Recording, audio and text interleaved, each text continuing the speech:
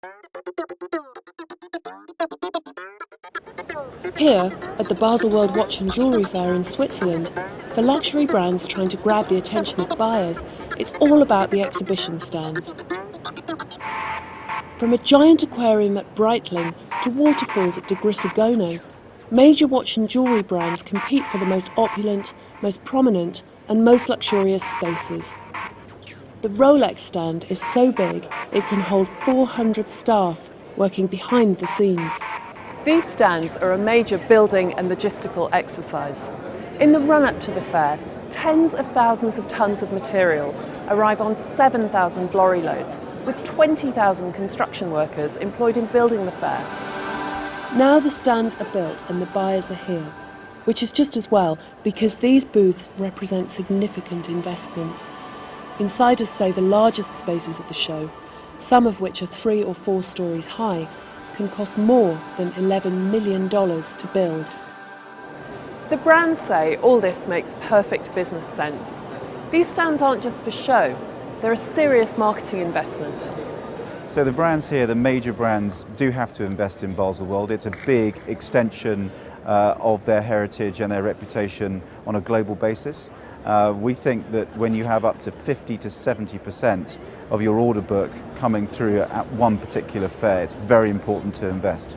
In terms of recuperating the investment within the brands, it very much depends on the size and scale of the brand. For an Omega, where they have over 2 billion Swiss francs of turnover, that return on the investment can be very quick. For some of the smaller brands, $50 to $100 million, it could take well in excess of 5 years. This year, Graff, the jewellers, is exhibiting for the first time. Its stand has taken design features from its stores around the world, such as wood panelling from London's Bond Street and cues from its Asia stores for the exterior. It's completely modular.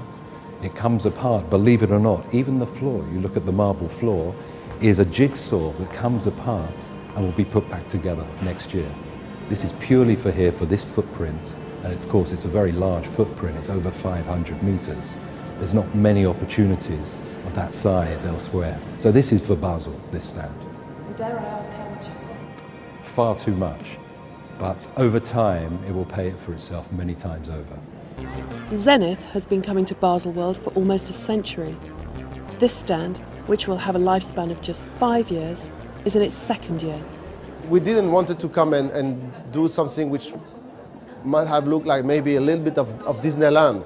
We wanted to do something very traditional, conservative, but also modern in a way that contemporary, if I may say so, using also the traditional material that we can find in our manufacture. It's under the regulation of Swiss building laws, so it's quite strict. You have a fire exit, exhaust, air conditioning, you have a kitchen. We can have up to, I think, 300 or 350 people at the same time on the booth.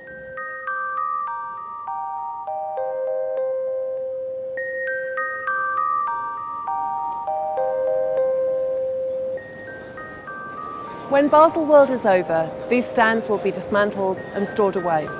In fact, some will be reused for up to 10 years.